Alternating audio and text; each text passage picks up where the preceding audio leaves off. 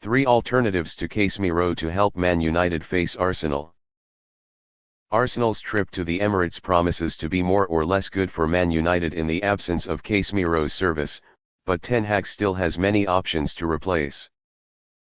It is not exaggerated to evaluate Casemiro as MU's most valuable contract this season, even for many years, even though he has only played half a season. With his bravery and experience, Casemiro did not have much difficulty in adapting to the new team, new environment, and new opponents. The Brazilian midfielder made a great contribution to helping MU defeat Man City not long ago, but unfortunately he was suspended in the Great War with Arsenal. In the first leg, Casemiro also only entered the field in the last 10 minutes when MU led Arsenal 3-1. That's why coach Ten Hag confidently said MU knows how to beat Arsenal without Casemiro. Here are 3 alternatives for the Dutch strategist to calculate in the match in London. Number 1, Scott McTominay. Talking about the senses, McTominay has the most similarities with Casemiro among the remaining midfielders of MU. The Scottish player is tall, strong, and plays more muscular. When Casemiro first arrived in England, Ten Hag was not in a hurry to let him play, but let McTominay play.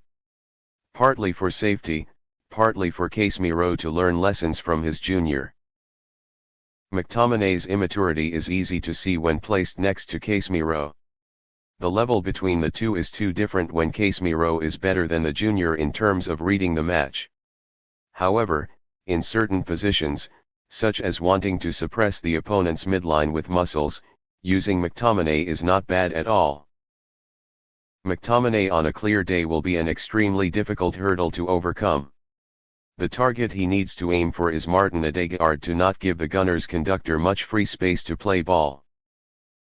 Number 2, Fred. When it comes to 1vs1 tagging, Fred is even better than McTominay.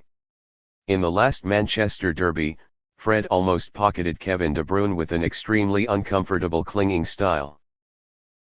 Fred's problem is that he's not a full-time defensive midfielder, so his sense of space is very limited. Using Fred to prevent individuals is fine, but making him do more tasks is difficult. Anyway, in terms of performance, Fred is still better than McTominay.